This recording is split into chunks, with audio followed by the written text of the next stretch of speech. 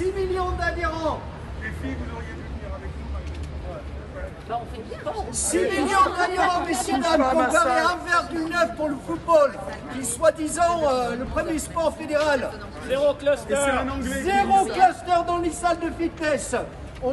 Toutes les études au niveau international démontrent que les gens n'attrapent pas le Covid dans les salles de fitness. Malheureusement, le tribunal de commerce de Marseille nous a donné tort en référé, puisqu'on a, moi je représente la Fédération française de fitness, on a un syndicat qui s'appelle France Active, on a fait 12 référés en France. On a gagné en Guadeloupe, on a gagné à Rennes, on a gagné à Toulouse. On avait gagné à Paris, mais quand Olivier Véran a fait passer Paris en alerte maximale, ils ont fait un nouveau décret et on a refait du coup un autre référé. Là, ce coup-ci, on a perdu. Marseille, malheureusement, a perdu. Ce qu'il y a de dramatique, je discutais avec Stéphane hier, qui a un club à Château-Gombert, c'est qu'il me disait, voilà, ça faisait 2 semaines que les clients commençaient à revenir dans les salles, hein, depuis le 2 juin qu'on a réouvert.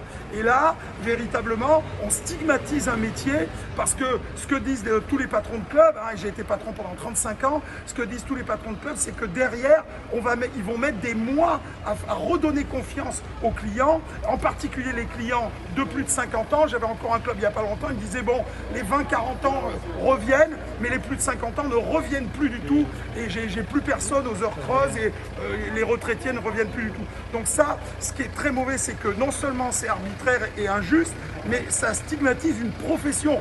Pourquoi on laisse ouvert les coiffeurs? Pourquoi on laisse ouvert les instituts de beauté? Bien entendu, j'ai rien contre eux, et pourquoi pas le sport dont on sait, et David qui est d'origine anglaise, et on sait très bien que c'est dans des pays qu'on pratique encore plus le sport qu'ici, et je ne comprends pas pourquoi on est stigmatisé à ce point-là. Je vais vous donner une idée.